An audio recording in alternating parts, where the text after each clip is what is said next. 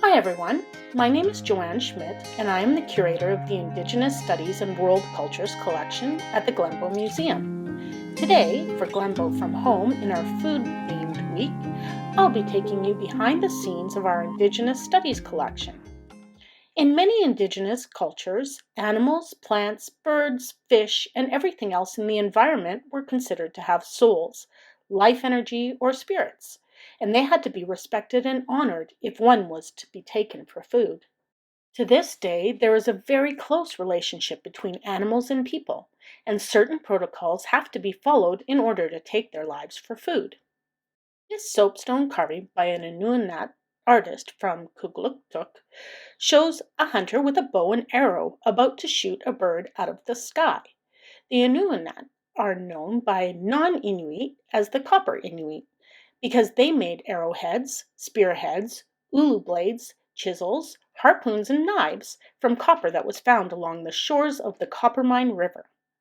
For thousands of years, the Coppermine River was used as a travel route, providing rich hunting grounds for several indigenous peoples. The Inuit hunted ducks, geese, ptarmigan, gulls, hawks, snow buntings, and occasionally loons for food. Can you imagine the skill it would take to shoot a flying bird from the sky? It was such a great skill that many prints from Kingate or Cape Dorset portray this type of hunt as well. For the Inuit, animals and birds provided so much more than food. Everything in the environment was believed to have an inua, or a soul. They would only allow themselves to be caught by humans if their spirits, or life essence, was respected and honored. In fact, Inuit tell of a time when a human could become an animal and an animal could become a human. Can you imagine how much differently you would think of the animals that became your food if you believed they were also spiritual beings? The Inuit were not the only indigenous people that considered animals, or their sources of food, as being central to their spiritual life. This beautiful little basket is made by a Nuu-chah-nulth artist named Frances Williams. Frances learned how to weave by watching her aunt Mary Moses. Frances is considered one of the finest basket weavers on the northwest coast.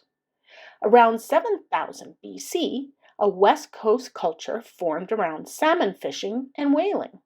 Whales were especially critical to village survival, as a single whale would supply food, oil, sinew, and bone for an entire village. Because of this important relationship, the whale hunt took on a spiritual element, and only the bravest men would hunt whales in an open canoe. This basket is made with a technique called twining. Traditionally, baskets were made from spruce or cedar roots and were used for collecting berries, shellfish, or other foods. Weavers would work when they had time off from food preparations, such as the August fish canning season, when they had a lot of work to do and no time to weave. When they do have time to weave, the subjects they honor are often related to the food they eat. The next piece we would like to look at is actually a cribbage board made of walrus tusk by an Inupiaq artist from northern Alaska. Many Inuit, such as the Inupiaq, call food they gather from the land country food. This crib board shows many kinds of country food, such as seals, walrus, and fish. For people who find their food from the land, food is much more than a package on the shelf. It is about a lifelong relationship with the animal, seeking it, catching it, cleaning it, preparing it, storing it, keeping it safe from theft, especially from animals, or from spoilage, and finally being able to enjoy it as food. Can you imagine having this kind of relationship with your food? The back of the cribbage board shows some of the steps needed to prepare and store fish. The Inupiaq put a great deal of energy into having fish to eat and worried about not having enough.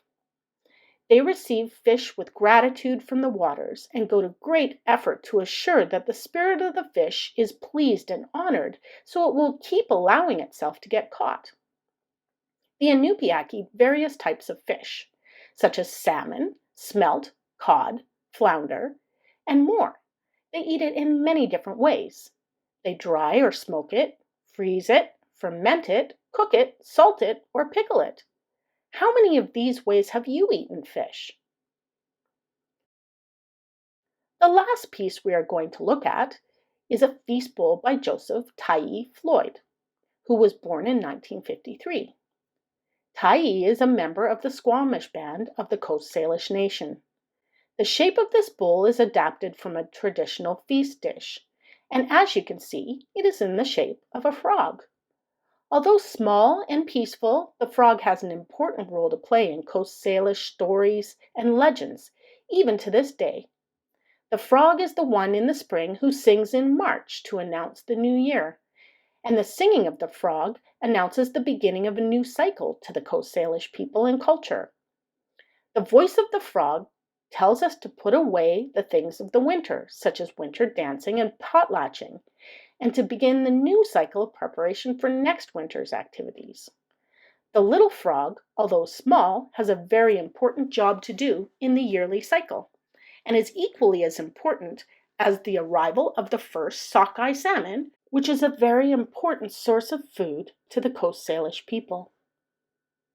The frog is seen as the keeper of the sacred seasons and often honored in legends and stories appearing in artworks, totems, and house posts. Carving this bowl in the shape of a frog indicates the importance of what it would contain. This type of feast dish would have contained eulachon oil. Eulachon was a very fatty fish, and its oil is considered a delicacy among people living on the northwest coast. Eulachons are of continuing importance to Indigenous people who harvest them for food, social, and ceremonial purposes. They are eaten fresh, smoked, dried, salted, or made into grease. Eulachon grease is an important Indigenous food source. It is widely traded among communities living both on the coast and in the interior, and was often given as gifts in potlatch ceremonies. Can you think of some food you would give as a gift during your celebrations? Is there a food that you would trade for? Although this bowl is meant to be a work of art rather than a bowl for use, it still honors traditional feasts and foods. I hope that you've enjoyed today's Glenbow from home, and I hope that it makes you think more about the food you eat and what food has special meaning for you and your family. I hope you take some time this week to think about your food in a whole new way.